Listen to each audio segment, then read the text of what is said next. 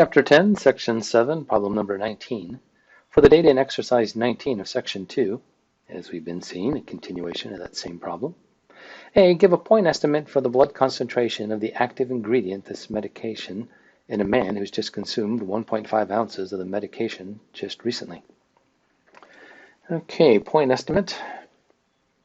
So we're looking here, we did our regression analysis on this one and have the equation so that our point estimate for y is going to be,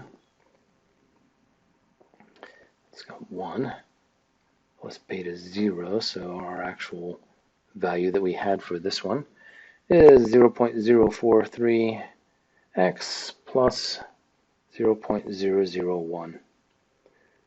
So our yp hat is going to equal, so this is going to be x at 1.5 ounces.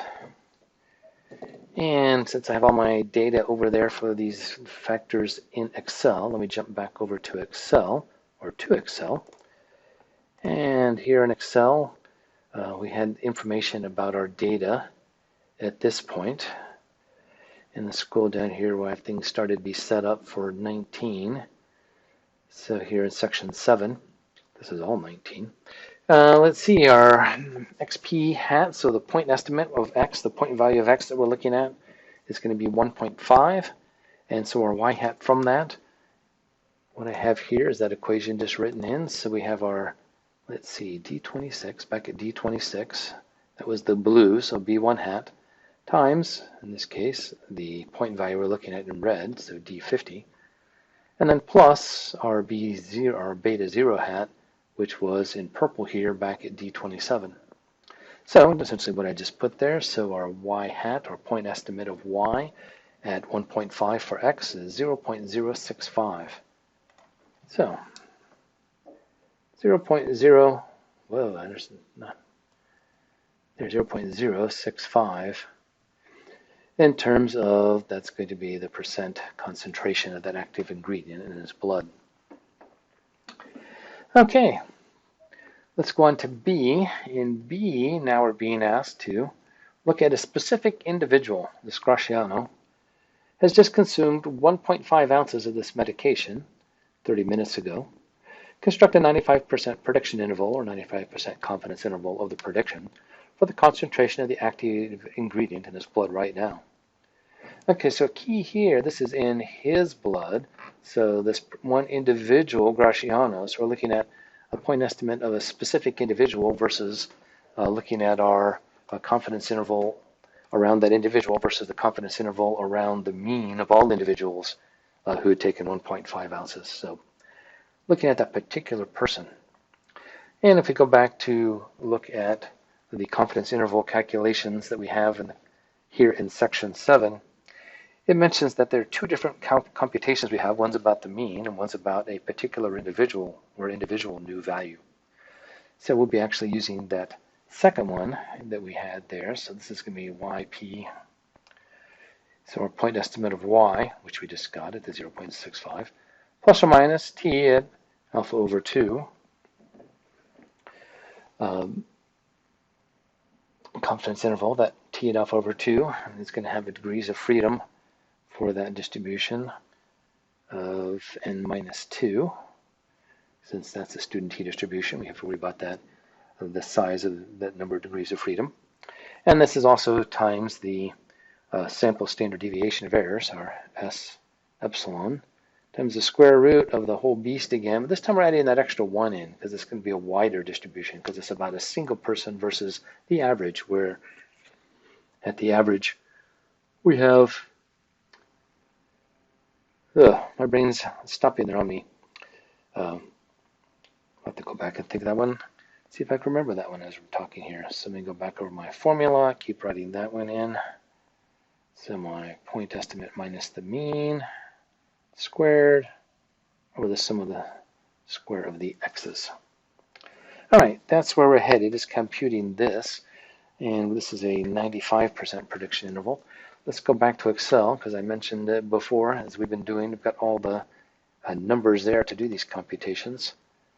So we had alpha was the, so we're looking at a 95%, so our alpha is 0.05. And again, our alpha over 2 then would be 0.25. So it's our D54, which let me go ahead and highlight that this way. So there's our alpha over 2. And our degrees of freedom, like we've had here multiple times, we go back up to find that N, which I had listed further up here in the data. That was back up at D14. N is 50. So 50 minus 2 is 48. So I go to, down here 48. So we have 48. Our alpha over 2 is 0.025. So I go to T alpha over 2. So at T of 0.25 at degrees of freedom 48, I look down through the chart and I get our T of alpha over 2 being 2.011. So I've got that ready. Now I've got this whole plus or minus term, which since I copied it, those of you that watched number 11, so I had an underscore there as well instead of a minus. So here we have for 19, plus or minus term. And here in Excel is this whole beast. And if you look closely, what you can see in this beast compared to the Excel equation before is right here in the middle, I got this 1 plus, which is what's different in those two formulas. So if you'd like to go through and look at those to ensure they're right, I think we'll do that. So the formula is our T at alpha over 2, which this first term, D55, is blue. There's T alpha over 2. And that's times our some sample standard deviation of errors, or S epsilon, and that's in red. So our S epsilon is D35. That's up here, S epsilon. And then that's times the square root of that whole set of things. So again, seeing all these things in parentheses. 1 plus 1 over n. So 1 over n d14. If we skim back up here, we see d14 is where we have n, 1 over n. And that's plus our xp, so our point estimate, which we have down here. And so our d50, as in green, d50, our point estimate, minus the average of that point estimate, our x bar, which is back up there in G7. So we have that, times itself again to square it, and that's divided by D16, which are sum of the square of the x's. So let's make sure that's what it is. Yep, I've got the sum of the square of the x's there. And that's all in parentheses, so that all takes place. So we'll have the 1 plus the 1 over calculated plus this beast calculated, and then the square root of that whole thing, which will multiply out. Looks like that's in there right. So, and that gives us our plus or minus term, then is going to be our 0.034. Okay, let's come back over here to where we were. So we're going to have our confidence interval is going to be our 0.065, our point estimate of y, which our point estimate of y. Oh, I put an equal sign there. Plus or minus our 0.0, I forgot it already, 0.034. 0.034.